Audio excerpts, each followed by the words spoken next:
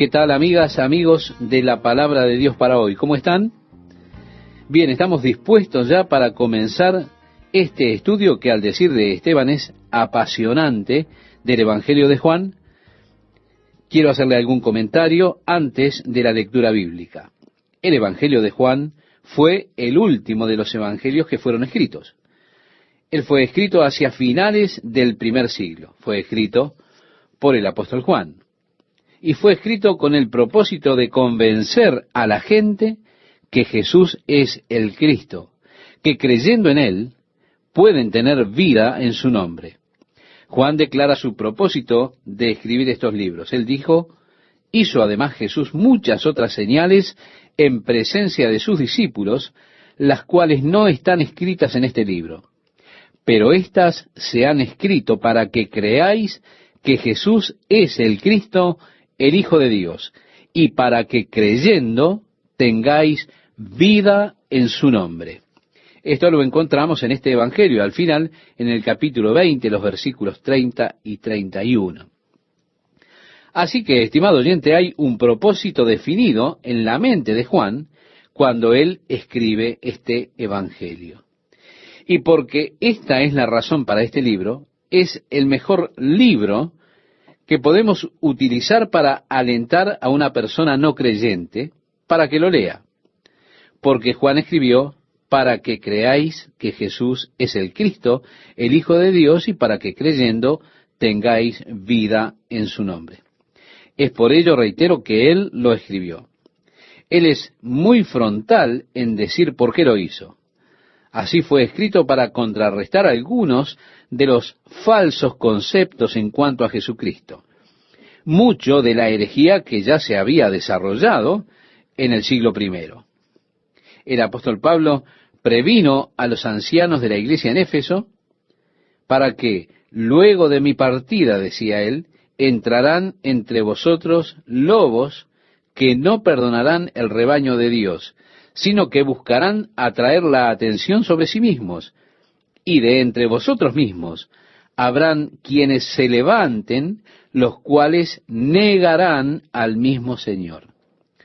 Antes de que el apóstol Pablo partiera de Éfeso, estas cosas estaban aconteciendo.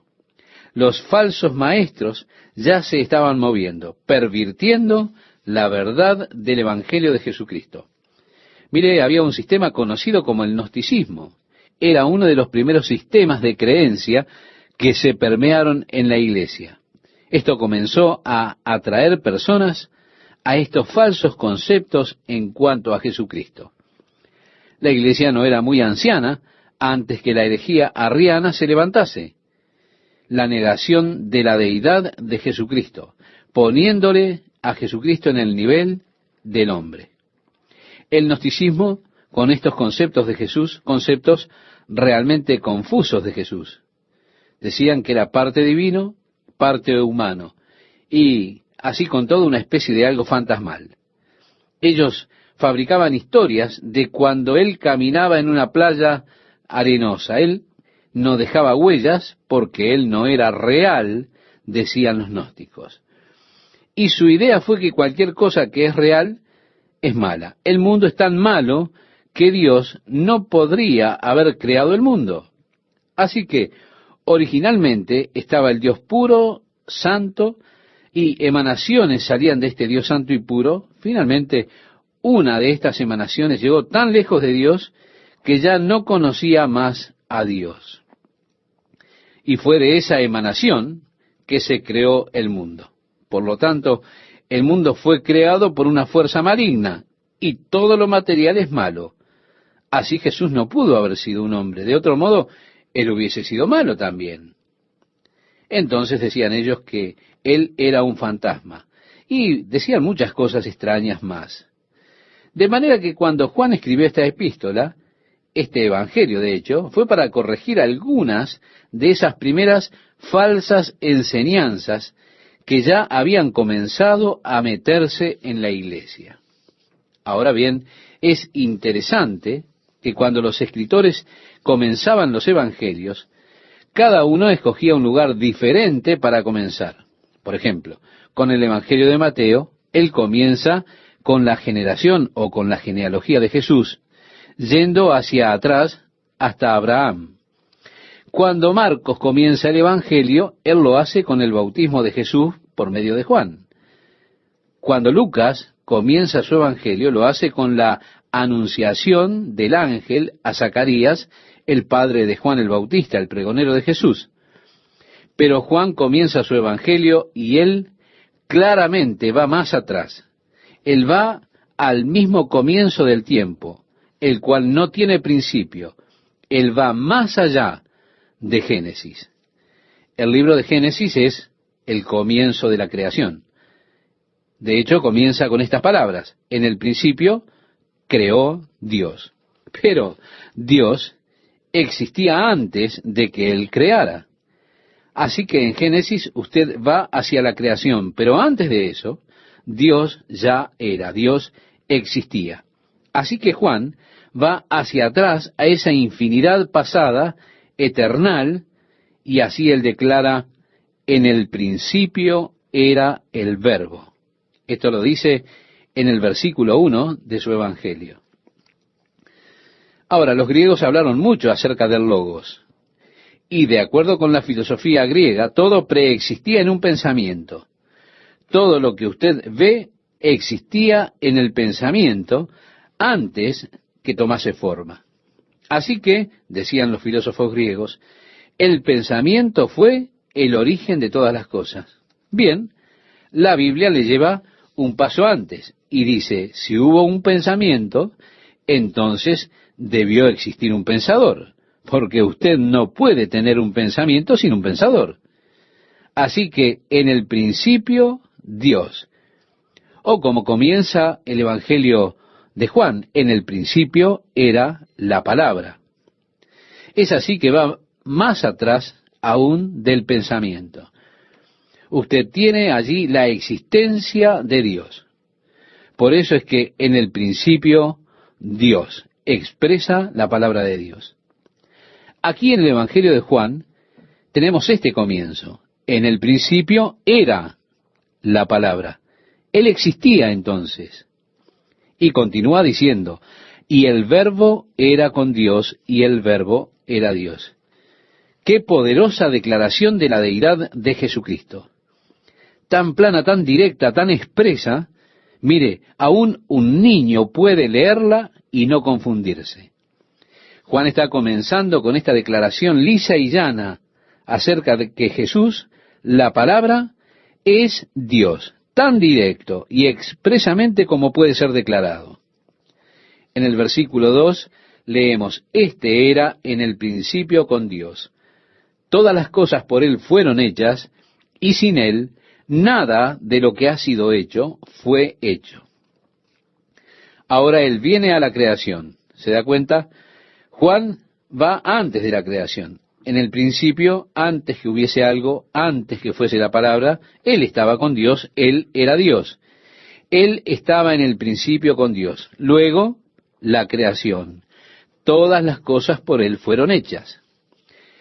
En el registro del libro de Génesis, nosotros leemos en el versículo 1 del capítulo 1, en el principio creó Dios los cielos y la tierra. La palabra Dios en hebreo allí es Elohim, la cual es una palabra plural. Ahora, hay quienes dicen: bueno, la forma plural era usada para dar énfasis. Pero mire, eso parece ser un invento, porque Dios es referido también en singular. Y si es usada solamente para hacer énfasis, entonces sería confuso usar el mismo término para referirse a Dios en el singular. Es mi opinión que cuando Dios, el singular, es utilizada, esto es una referencia al Padre. Ahora, el Elohim, es una referencia a la triunidad de la divinidad, un Dios que existe en tres personas. Entonces dijo Dios, leemos en Génesis capítulo 1, versículo 26, dijo Dios: hagamos al hombre a nuestra imagen, conforme a nuestra semejanza. ¿A quién le estaba hablando Dios? En el consejo divino había esta formación: el Padre, el Hijo, el Espíritu Santo. Ello en el consejo divino. Y es así que él dice, hagamos al hombre conforme a nuestra semejanza. Aquí en el Evangelio de Juan, en el primer capítulo, Jesús es adscripto como el creador de todas las cosas. El apóstol Pablo, escribiéndole la carta a los colosenses, habla en cuanto a la preeminencia de Jesús y declara que Él no solamente es el creador, sino que también Él es el objeto de la creación. Cuando dice, por Él fueron hechas todas las cosas, por Él y para Él. Así que, estimado oyente, Jesús no es solo el creador, sino que también es el objeto de la creación. Cuando dice, todas las cosas por Él fueron hechas, el universo alrededor nuestro y todas las formas de vida, leemos allí en el Evangelio de Juan, capítulo 1, versículo 3, todas las cosas por Él fueron hechas, y sin Él nada de lo que ha sido hecho fue hecho. En Él estaba la vida, y la vida era la luz de los hombres. La luz en las tinieblas resplandece, y las tinieblas no prevalecieron contra ella, o pudieron comprenderla o sujetarla. Leemos en el Evangelio de Juan, en el capítulo 8, versículo 12, otra vez Jesús les habló diciendo, yo soy la luz del mundo, el que me sigue no andará en tinieblas, sino que tendrá la luz de la vida. Aquí es declarado que la luz brilla en la oscuridad. Esta es la referencia a la venida de Jesucristo a la tierra. Aquí está Él. Él es la luz del mundo brillando en las tinieblas. Y como dice en el pasaje de Juan que leíamos, pero la tiniebla no pudo sujetarla, no pudo comprenderla, no pudo prevalecer contra esa luz. Seguimos en el versículo 6 y nos dice, hubo un hombre enviado de Dios, el cual se llamaba Juan. Este vino por testimonio. 2 veces leeremos el testimonio de Juan. Aquí en el capítulo 1, el versículo 15, Juan dio testimonio de él y clamó diciendo, este es de quien yo decía. Luego él también testifica en el versículo 34, diciendo, y yo le vi y he dado testimonio de que este es el Hijo de Dios. Ese es el testimonio de Juan el Bautista en cuanto a Jesucristo. Así que, como leemos en el versículo 6, hubo un hombre enviado de Dios, el cual se llamaba Juan. Este vino por testimonio, para que diese testimonio de la luz, a fin de que todos creyesen por él. No era él la luz, sino para que diese testimonio de la luz. Aquella luz verdadera que alumbra a todo hombre, venía a este mundo. En el mundo estaba, y el mundo por él fue hecho, pero el mundo no le conoció. Estimado oyente, ¿puede entender esto? Jesús es la luz. Él vino para brillar en la oscuridad. Él es la verdadera luz. Él estaba en el mundo. Se nos ha dicho ya que todas las cosas fueron hechas por Él, y sin Él nada de lo que ha sido hecho fue hecho. En el mundo estaba, y el mundo por Él fue hecho, pero el mundo no le conoció. Esto se refiere al mundo del hombre. Parecería que hay aspectos de la naturaleza y del mundo que Él no conocía. Es interesante que aquellos que estaban poseídos por espíritus malignos con frecuencia clamaban, sabemos quién eres. Evidentemente, también los vientos y las olas sabían quién era Jesús. Porque cuando Él estuvo parado en ese pequeño bote que estaba a punto de naufragar, cuando Él le habló al viento y a las olas, dijo, sea la paz. Y ellos obedecieron su voz. Ellos conocían quién era Él. Mire, las rocas evidentemente sabían quién era Jesús, porque cuando los fariseos le alentaban a que reprendiera a Jesús a sus discípulos en el día de su entrada triunfal en Jerusalén, Jesús dijo, os digo que si éstos callaren, las piedras clamarán. Las piedras sabían quién era Jesús. Pero fue sólo la tenebrosa mente de los hombres que falló en reconocerle. Él estaba en el mundo fue hecho por Él, y aún así, el mundo no le conoció. Evidentemente, ese pequeño burrito sobre el cual Jesús entró triunfante a Jerusalén, sabía quién era Jesús. Nadie había montado sobre él. Con todo, estoy seguro que cuando Jesús se sentó en él, él fue tan dócil como pudo ser. ¿Por qué? Sin duda, él sabía quién era Jesús. En el versículo 11 leemos: a lo suyo vino, y los suyos no le recibieron. Él dijo: vengo a las ovejas perdidas de la casa de Israel. Lo suyo. Él era su Mesías prometido. Él vino a lo suyo, pero ellos dijeron: no tenemos rey sino a César. Ellos dijeron: no gobernará este hombre sobre nosotros. Los suyos no le recibieron, y la profecía de Isaías se cumplió. Él fue despreciado y rechazado de los hombres. Pero gloriosas buenas noticias, porque dice la palabra de Dios allí: mas a todos los que le recibieron, a los que creen en su nombre, les dio potestad de ser hechos hijos de Dios. Así que aquí Él es en el principio con Dios, el creador de todas las cosas, viniendo a su creación, no siendo reconocido, no siendo comprendido. Viniendo a los suyos, no fue recibido. Y con todo, a todos los que le recibieron y sembraron el evangelio de gracia, a todos los que le recibieran les dio poder de ser hechos hijos de Dios. Podemos decir, el Hijo de Dios, Jesús, volviéndose hombre, para que pueda hacer a cada uno de nosotros hijos de Dios, a los que creen en su nombre. El versículo 13 nos dice: los cuales no son engendrados de sangre, no de carne. Usted no se puede volver un hijo de Dios a través de la genealogía humana. No soy hijo de Dios porque mis padres fueron cristianos. Mis hijos no son hijos de Dios porque yo soy cristiano. No se trata de sangre. No es algo que usted pueda heredar de sus padres o pueda pasar por herencia a sus hijos. Esta vida dinámica de un hijo de Dios no es ni de voluntad de carne, dice Juan. No es algo que usted pueda mentalizarse para convertirse. Quiero decir, como si uno expresara: bueno, voy a vivir esta nueva vida dinámica. No voy a caminar más en las tinieblas. Voy a vivir una vida generosa, la vida que es el ideal de Dios, esa vida que Dios ha declarado que quiere del hombre. Usted no puede hacerlo por voluntad de carne.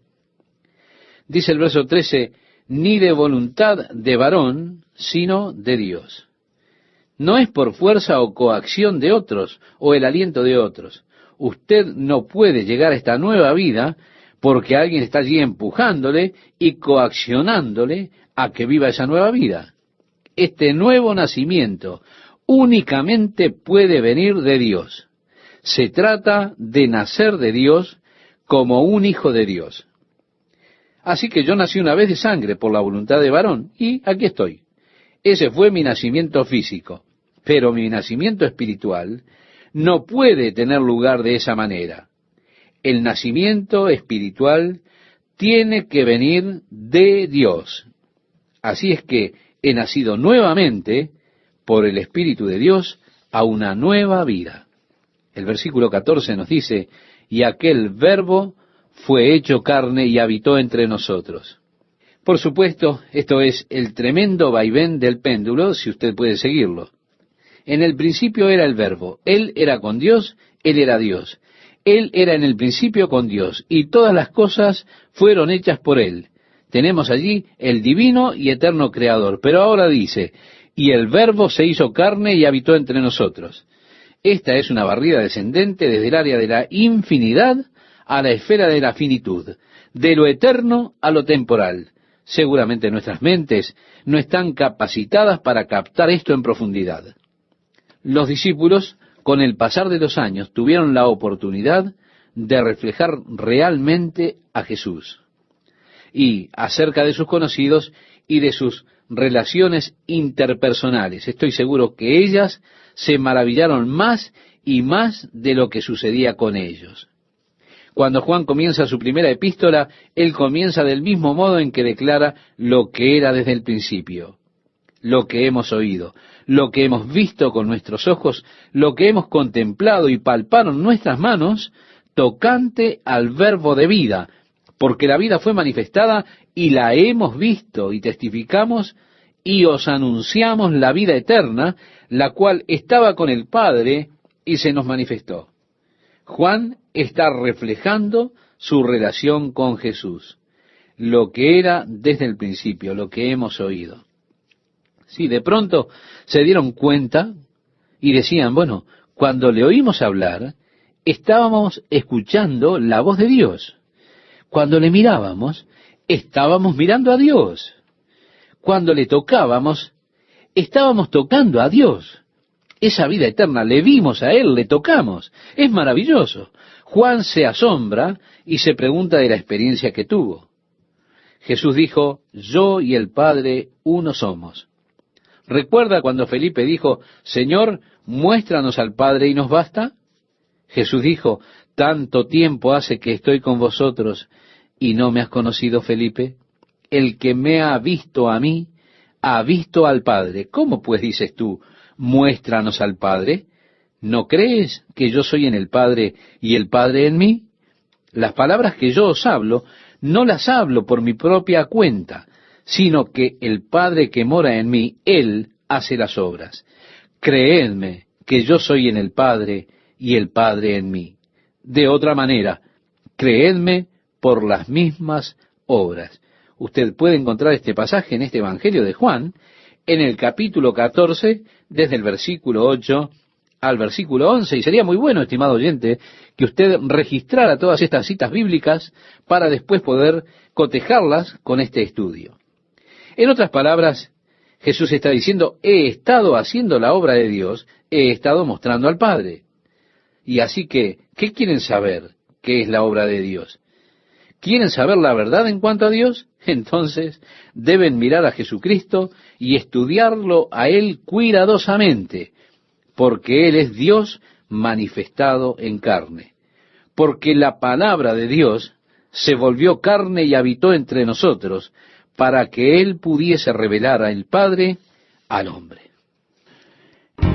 Qué alegría para mí estar con ustedes, amigos y amigas de la palabra de Dios para hoy. Es un gusto poder saludarles e invitarles a compartir estos momentos con el estudio de la palabra de Dios. Como citaba Esteban, vamos a dar lectura al versículo 16 del capítulo 1 del Evangelio de Juan. Allí nos dice, pues la ley por medio de Moisés fue dada, pero la gracia y la verdad vinieron por medio de Jesucristo. Cuando Dios creó al hombre, lo creó con el propósito de tener compañerismo con Él. Ese fue el propósito de Dios al crearlo a usted. Que Él pudiese recibir la alabanza y la gloria de su compañerismo con Él. Que Él pudiese disfrutar y tener ese gozo, esa bendición de tener compañerismo con usted. Usted dirá, eso suena algo egoísta para mí. Bueno, tal vez lo sea. No hay nada que yo pueda hacer para sacar eso de su mente. Pero para eso fue que Dios me creó. Esa es la única razón por la cual Él me creó, que yo pudiese tener compañerismo con Él. Ese es el principal propósito de Dios, que nosotros tuviésemos comunión con Él. Ahora, si usted no está cumpliendo con ese propósito en su vida, entonces su vida está destinada a ser una vida vacía, una vida incompleta, finalmente una vida frustrada. Porque usted no está cumpliendo con el propósito básico para el cual Dios le ha creado a usted. Usted no está respondiendo a esa necesidad básica que tiene el hombre de adorar a Dios, de tener comunión con Él. Pero el hombre no vivió en este planeta mucho tiempo antes de romper esa comunión con Dios a través de la desobediencia, por haber pecado contra Dios en su desobediencia al mandamiento de Dios. Y mire, estimado oyente, el efecto del pecado es siempre cortar la comunión con Dios. Al comienzo recordábamos este pasaje del libro del profeta Isaías. He aquí que no se ha acortado la mano de Jehová para salvar, ni se ha agravado su oído para oír, pero vuestras iniquidades han hecho división entre vosotros y vuestro Dios. Dios le dijo a Adán, el día que de él comieres, ciertamente morirás. O sea, la muerte del conocimiento de Dios en el corazón del hombre. La muerte acerca de la vida de Dios. Ese Espíritu de Dios y esa vida de Dios en el hombre sucedió. Adán comió y esa muerte llegó la muerte espiritual. Aún así, Dios ansía tener comunión con el hombre, pero ese compañerismo ha sido cortado por causa del pecado del hombre. Para que el hombre pueda tener comunión con Dios, primeramente algo debe hacerse acerca del pecado del hombre o con el pecado del hombre. Y así Dios envió a Moisés y le dio a Moisés la ley de los sacrificios, el cubrimiento del pecado, haciendo de alguna manera posible la restauración de la comunión con Dios. Y en parte de esos sacrificios estaban aquellas ofrendas que eran solamente ofrendas de comunión. Las ofrendas de comunión eran ofrendas de comida en la cual yo solo me sentaría a comer con Dios para tener comunión con Él. Luego de la ofrenda del pecado. Luego la ofrenda de consagración, la ofrenda quemada. Después la ofrenda de paz, la ofrenda de comunión.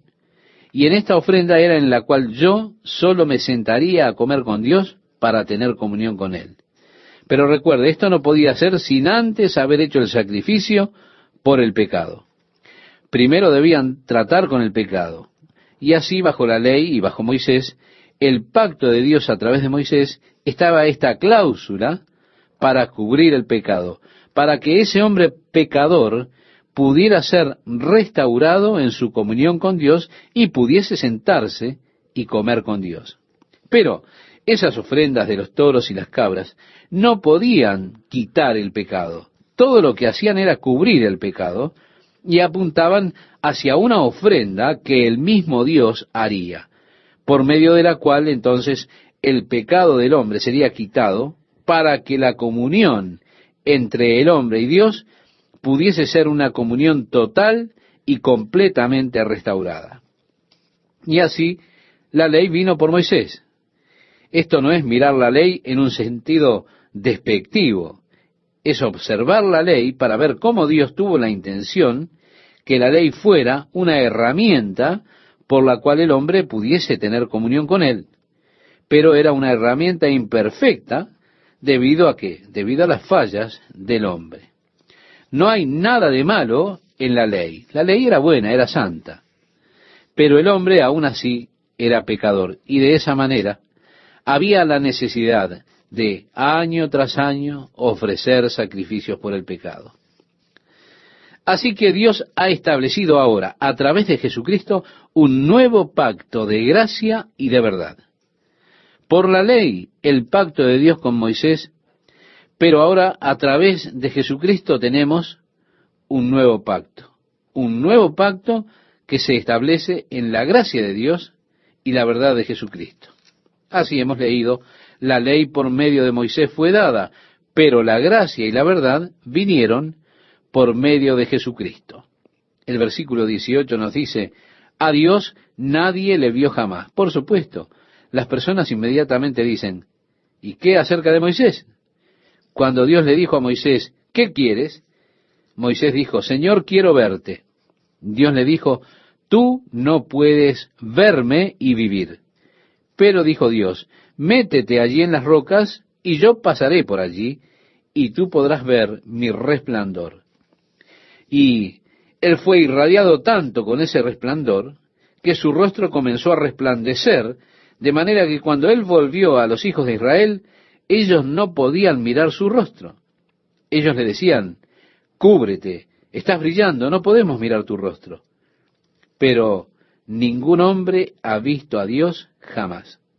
Su cuerpo físico simplemente no podría con esto. Usted sería totalmente consumido. Dios ha prometido que el puro de corazón le verá, pero no en este cuerpo. Nosotros debemos tener un cambio de cuerpo. El apóstol Pablo dijo, Es necesario que esto corruptible sea vestido de incorrupción y esto mortal se vista de inmortalidad. Esto lo dijo escribiéndole a los Corintios en el capítulo 15, versículo 53 en su primera carta. Sí, estimado oyente, un día yo espero ver a Dios, pero no en este cuerpo, sino en mi nuevo cuerpo. Este cuerpo está diseñado para la tierra, el que tengo ahora. Es de la tierra, es terrenal. Está diseñado para las condiciones ambientales de la tierra. Pero mi nuevo cuerpo será un cuerpo muy superior, diseñado para ambientes celestiales. Y en ese cuerpo nuevo podré contemplar el rostro del Señor. Podré sentarme y adorarle a sus pies. Qué glorioso día será ese, ¿verdad? La palabra de Dios dice, a Dios nadie le vio jamás. El unigénito Hijo que está en el seno del Padre, Él le ha dado a conocer. Lo ha declarado a Él, podríamos decir, lo ha demostrado a Él, lo ha revelado. Sí, Jesús lo ha revelado a nosotros. En el versículo 19 nos dice Juan, este es el testimonio de Juan. Cuando los judíos enviaron de Jerusalén sacerdotes y levitas para que le preguntasen, ¿tú quién eres? Bueno, Juan estaba bautizando. Nosotros leemos que estaba en el desierto y multitudes de personas venían siendo atraídas por este hombre. Así que en Jerusalén los líderes religiosos se enojaron. Ellos decían, este hombre está allí bautizando y nosotros no lo enviamos allí. Él no tiene nuestra autoridad. Así fue que enviaron a los sacerdotes y levitas a preguntarle, ¿tú quién eres? Y este es el registro de Juan. Confesó y no negó, sino confesó, yo no soy el Cristo. Eso era verdad. Ahora, ¿quién eres tú? ¿Tú dices que eres el Mesías? ¿Estás simulando? Él dijo, no, yo no soy el Cristo. Y le preguntaron, ¿qué pues? ¿Eres tú Elías? La profecía decía que Elías vendría primero y volvería los corazones de los hijos en contra de los padres antes de la llegada del gran día del Señor. Y así le preguntan, ¿eres tú Elías? Los judíos, aún en la actualidad, en su fiesta de Pascuas, tienen la silla, una silla vacía, la puerta abierta. Ellos están esperando por Elías. La pregunta fue para Juan el Bautista, ¿eres tú Elías, el precursor del Mesías? ¿Pero qué dijo Juan? Dijo, no soy, como relata el versículo 21. Mire, esto trajo confusión a algunas personas, porque en el Evangelio de Mateo, en el capítulo 16, Jesús, hablando acerca de Juan, dice, y si queréis recibirlo, él es aquel Elías que había de venir. Pero Juan dice, no soy. Esto es, él no es el cumplimiento total de la profecía de Elías. Él vino en el espíritu y el poder de Elías. Si volvemos al Evangelio de Lucas en el capítulo 1, recuerda, hemos estado estudiándolo, cuando el ángel Gabriel se aparece a Zacarías, el padre de Juan el Bautista, cuando él estaba ministrando en el templo, cuando Zacarías vio al ángel de pie allí al costado del altar, él tuvo mucho miedo. Y el ángel le dijo a Zacarías, no temas, porque tu oración ha sido oída, y tu mujer Elizabeth te dará a luz un hijo, y llamarás su nombre Juan. Y tendrás gozo y alegría, y muchos se regocijarán de su nacimiento. E irá delante de él con el espíritu y el poder de Elías, para hacer volver los corazones de los padres a los hijos. Y él comenzó a decirle del ministerio que tendría su hijo Juan el Bautista. E irá delante de él con el espíritu y el poder de Elías. Pero, cuando ellos le preguntaron llanamente, ¿eres tú Elías? ¿Qué dijo Juan el Bautista? Él dijo, no. Y ellos dijeron, ¿eres tú el profeta? Moisés había prometido, profeta de en medio de ti y de tus hermanos, como yo te levantará Jehová tu Dios, a él oiréis. Por eso la pregunta, ¿eres tú ese profeta del que habló Moisés? ¿Y qué respondió Juan? Él respondió, no. Le dijeron, pues ¿quién eres? Para que demos respuesta a los que nos enviaron. ¿Qué dices de ti mismo? Dijo, yo soy la voz de uno que clama en el desierto. Enderezad el camino del Señor, como dijo el profeta Isaías. y los que habían sido enviados eran de los fariseos. Y le preguntaron y le dijeron, ¿por qué pues bautizas si tú no eres el Cristo, ni Elías, ni el profeta? Juan le respondió diciendo, yo bautizo con agua, mas en medio de vosotros está uno a quien vosotros no conocéis. Este es el que viene después de mí, el que es antes de mí, del cual yo no soy digno de desatar la correa del calzado.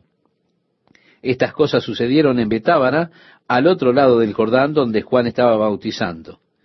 El siguiente día vio Juan a Jesús que venía a él y dijo, He aquí el Cordero de Dios que quita el pecado del mundo.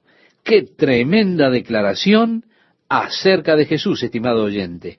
El Cordero de Dios que quita el pecado del mundo. ¿Cómo fue que removió el pecado el Cordero de Dios? Podemos preguntar. Fue por una muerte sacrificial. Esto estaba profundamente metido en sus mentes como resultado de su cultura, de su adoración, de su religión.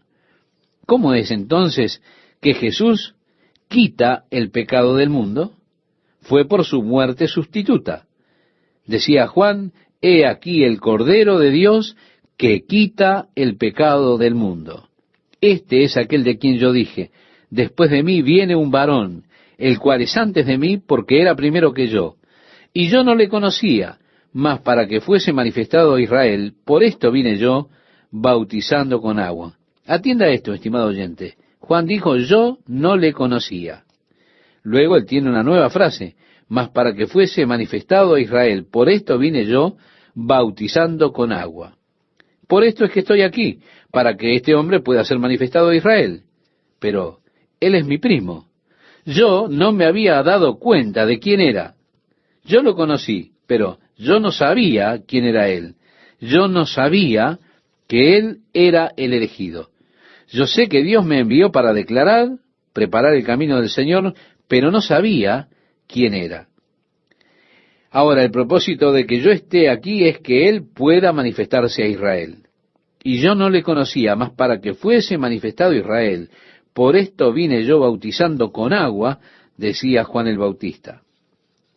Si me acompaña la lectura en el versículo 32, nosotros leemos, También dio Juan testimonio diciendo, Vi al Espíritu que descendía del cielo como paloma y permaneció sobre él. Y yo no le conocía, pero el que me envió a bautizar con agua, aquel me dijo, sobre quien veas descender el Espíritu y que permanece sobre él, ese es el que bautiza con el Espíritu Santo. Así que Juan dijo, vi al Espíritu que descendía del cielo como paloma y permaneció sobre él. Y yo no le conocía, pero el que me envió a bautizar con agua, aquel me dijo, sobre quien veas descender el Espíritu y que permanece sobre él, ese es el que bautiza con el Espíritu Santo. Entonces Juan dijo, y yo le vi, y he dado testimonio de que este es el Hijo de Dios. Juan fue enviado como testigo de la luz. Ahora, ¿qué es lo que Juan está testificando acerca de Jesucristo? Nos dice el versículo 35, el siguiente día otra vez estaba Juan y 2 de sus discípulos, y mirando a Jesús que andaba por allí, dijo, He aquí, el Cordero de Dios. Nuevamente, él había dicho, ¿verdad?, con anterioridad, He aquí el Cordero de Dios que quita el pecado del mundo, pero ahora él solo dice, He aquí el Cordero de Dios. Cuando Juan, el apóstol, escribe el libro de Apocalipsis, este se centra en torno al Cordero de Dios. Para entender el libro de Apocalipsis, usted debe ver al Cordero. Y nuestra primera mirada al Cordero de Dios es en el capítulo 1 de Apocalipsis, cuando Juan describe a Cristo en su gloria. Luego, cuando él llega a la escena del cielo, en el capítulo 5, cuando estaba llorando, sollozando, debido a que ninguno había sido hallado digno de tomar los rollos o desatar los sellos, y los ancianos le dijeron, uno de los ancianos me dijo, no llores. He aquí que el león de la tribu de Judá, la raíz de David, ha vencido para abrir el libro y desatar sus 7 sellos. Y miré, y vi que en medio del trono y de los 4 seres vivientes, y en medio de los ancianos, estaba en pie un cordero como inmolado, que tenía 7 cuernos y 7 ojos, los cuales son los 7 espíritus de Dios enviados por toda la tierra. Y vino y tomó el libro de la mano derecha del que estaba sentado en el trono. Y cuando hubo tomado el libro, los 4 seres vivientes y los 24 ancianos se postraron delante del Cordero. Todos tenían arpas y copas de oro llenas de incienso, que son las oraciones de los santos. Y cantaban un nuevo cántico diciendo: digno eres de tomar el libro y de abrir sus sellos, porque tú fuiste inmolado, y con tu sangre nos has redimido para Dios de todo linaje y lengua y pueblo y nación. He aquí el Cordero de Dios, que quita el pecado del mundo. Un día, por la gracia de Dios, estaremos de pie en esa escena celestial y le veremos a Él viniendo y tomando los rollos, y allí escucharemos: he aquí el Cordero de Dios, que quita el pecado del mundo. Así que Juan ahora está con 2 de sus discípulos, y Juan les está diciendo: he aquí el Cordero de Dios. El versículo 37 nos dice: le oyeron hablar los 2 discípulos y siguieron a Jesús. El testimonio de Juan acerca de Jesús es: yo solo soy un servidor del novio, y yo soy honrado cuando el novio es honrado. Él debe engrandecerse, y yo debo de crecer. Así que Juan ahora está orientando a sus propios discípulos hacia Jesús. Uno de estos discípulos era Andrés, el hermano de Pedro. Y así, estos 2 discípulos comenzaron a seguir a Jesús, como dice el relato allí en el verso 38. Y volviéndose Jesús, y viendo que le seguían, les dijo: ¿qué buscáis? Ellos le dijeron: Rabí, que traducido es maestro, ¿dónde moras? Les dijo: venid y ved. Fueron y vieron dónde moraba, y se quedaron con él aquel día, porque era como la hora 10. Se había hecho un poco tarde, ¿verdad? Eran ya las 4 de la tarde. El versículo 40 dice: Andrés, hermano de Simón Pedro, era uno de los 2 que habían oído a Juan y habían seguido a Jesús.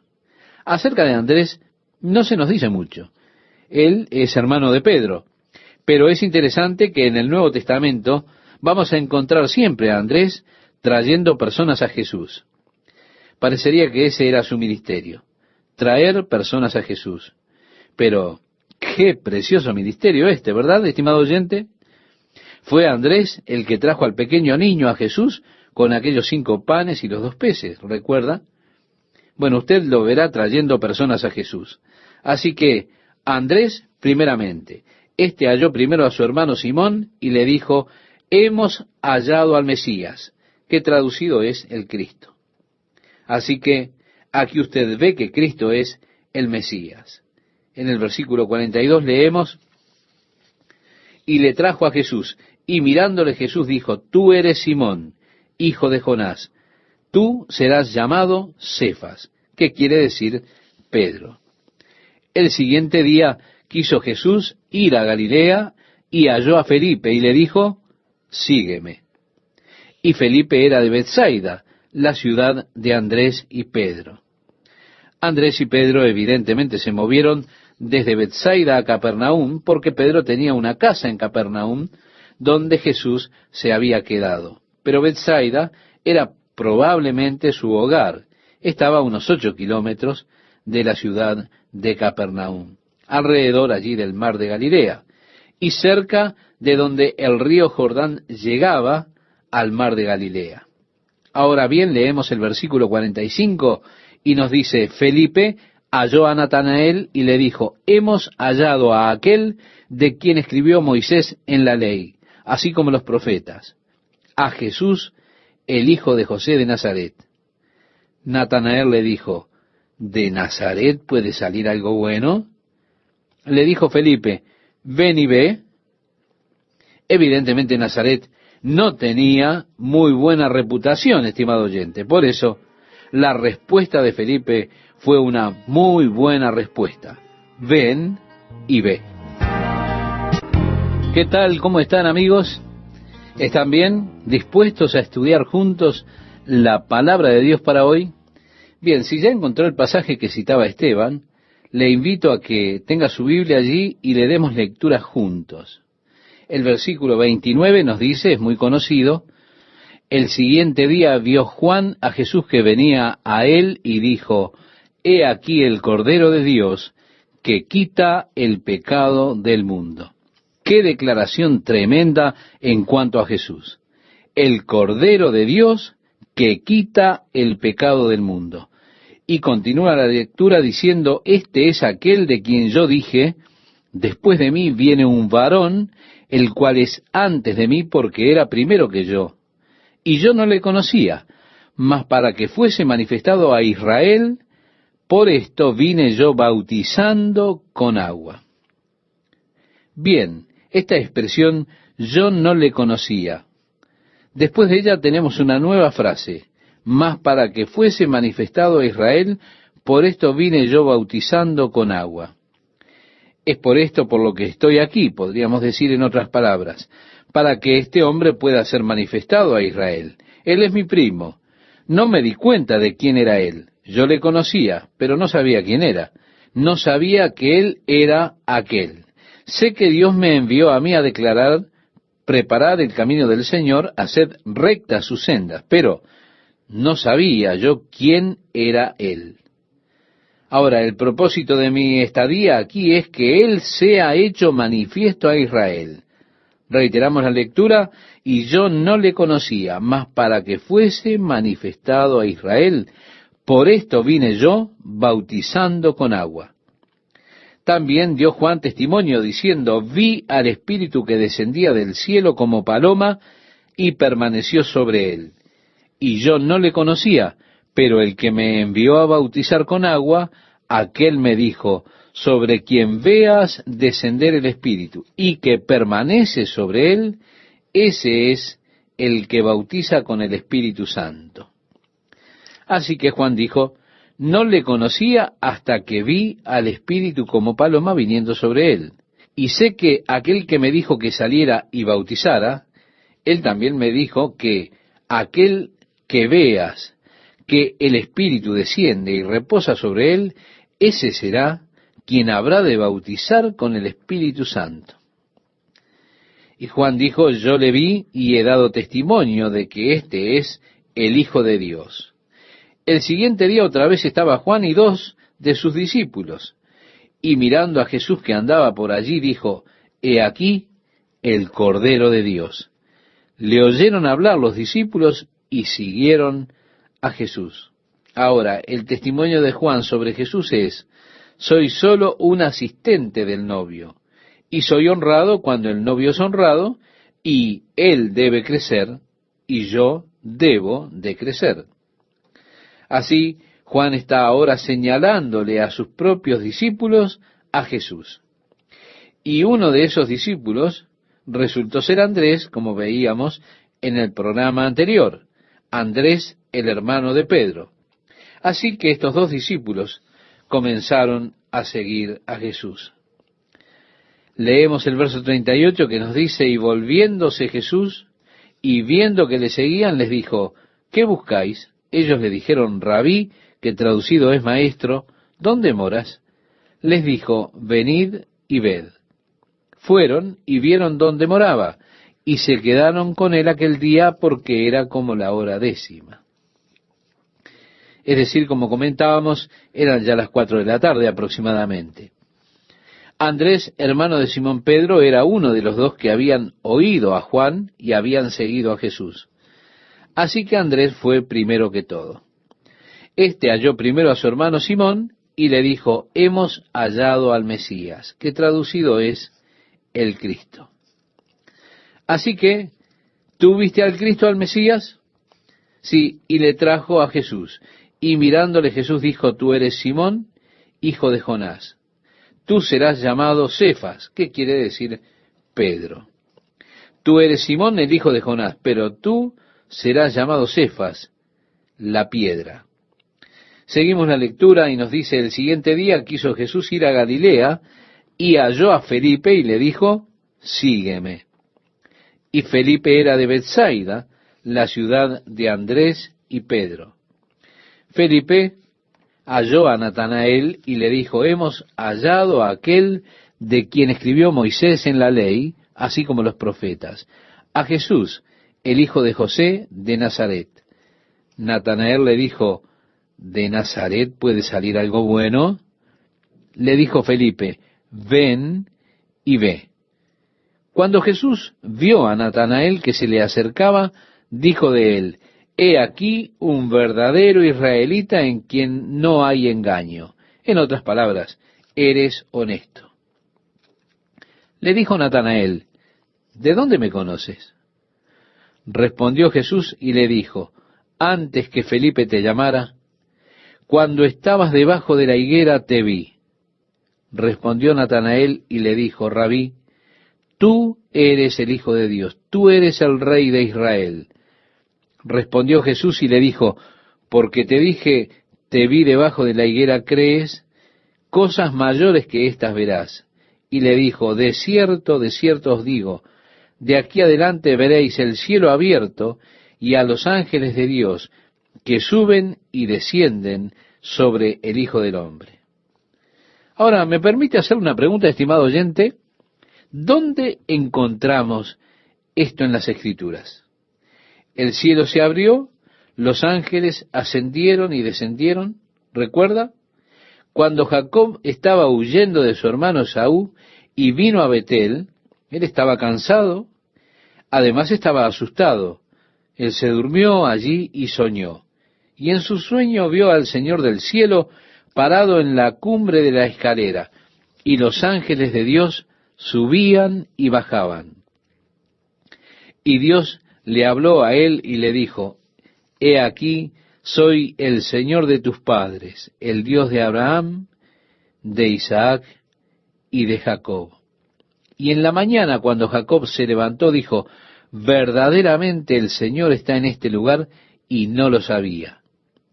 Ahora, Jesús en esencia está diciendo: yo soy esa escalera, soy el acceso por medio del cual el hombre puede venir a Dios.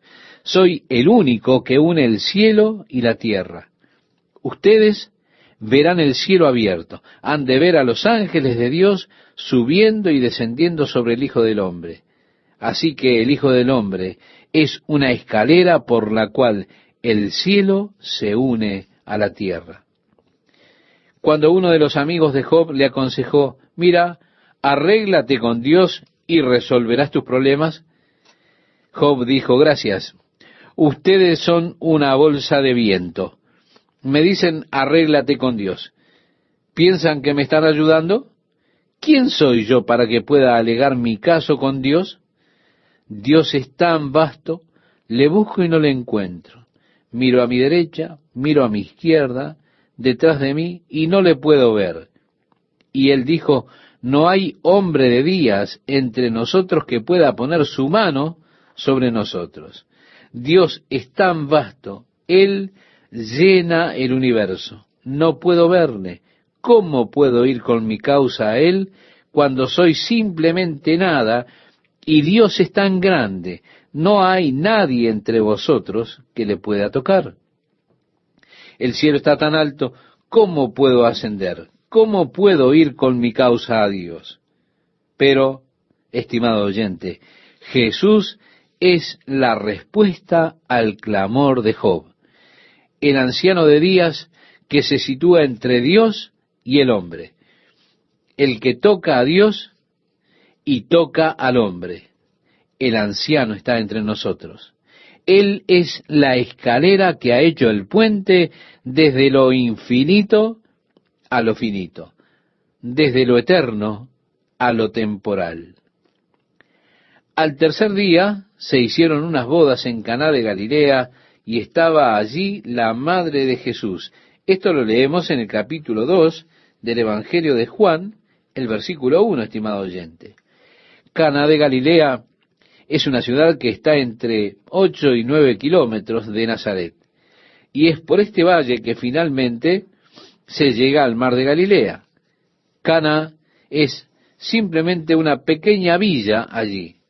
Se hicieron unas bodas en Caná de Galilea, y estaba allí la madre de Jesús. Y nos dice el relato bíblico, y fueron también invitados a las bodas Jesús y sus discípulos. Y faltando el vino, la madre de Jesús le dijo, no tienen vino. Jesús le dijo, ¿qué tienes conmigo, mujer? Aún no ha venido mi hora. En otras palabras, mujer, ¿qué es lo que estás tratando de hacerme? ¿Sabes? Mi hora aún no ha venido. Ahora, María sabía más de lo que ella decía. Había guardado estas cosas en su corazón.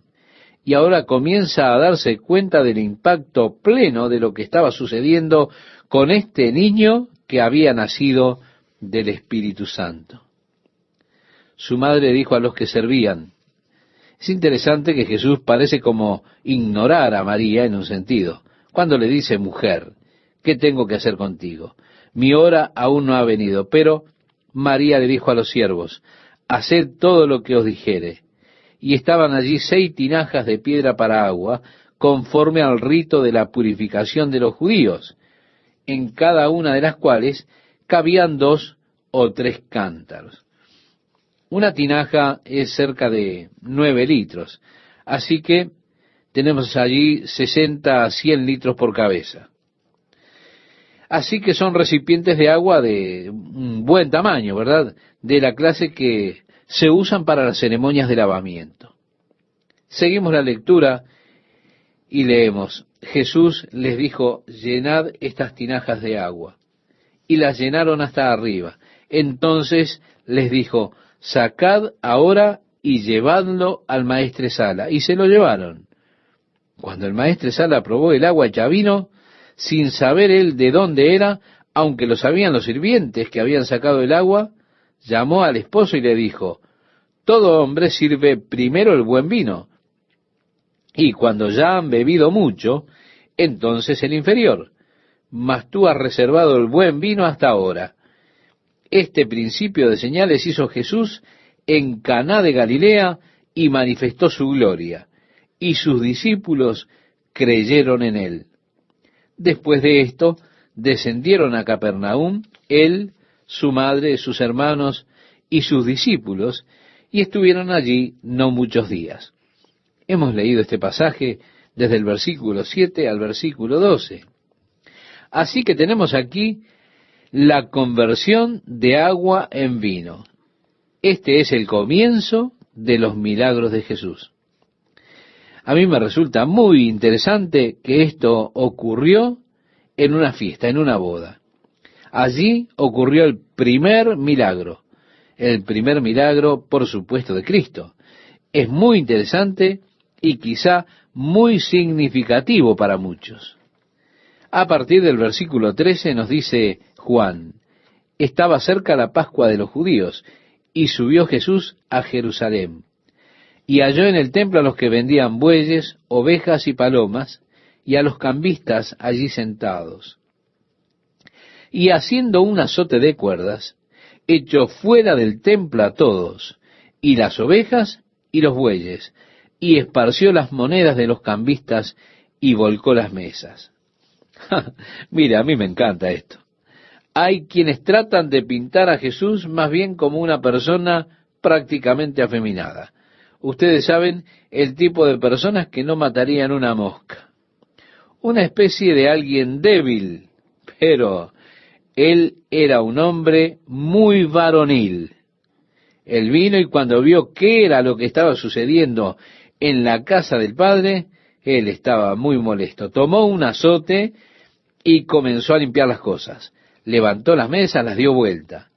Es interesante que una persona pudiese hacer tanto desquiciamiento de todo esto y con todo ellos no pudieron detenerlo a él. ¿Qué es lo que quiero decir? Quiero decir que lo tuvieron que dejar. ¿Por qué? Y porque él era un hombre muy varonil y no se atrevieron a desafiarle.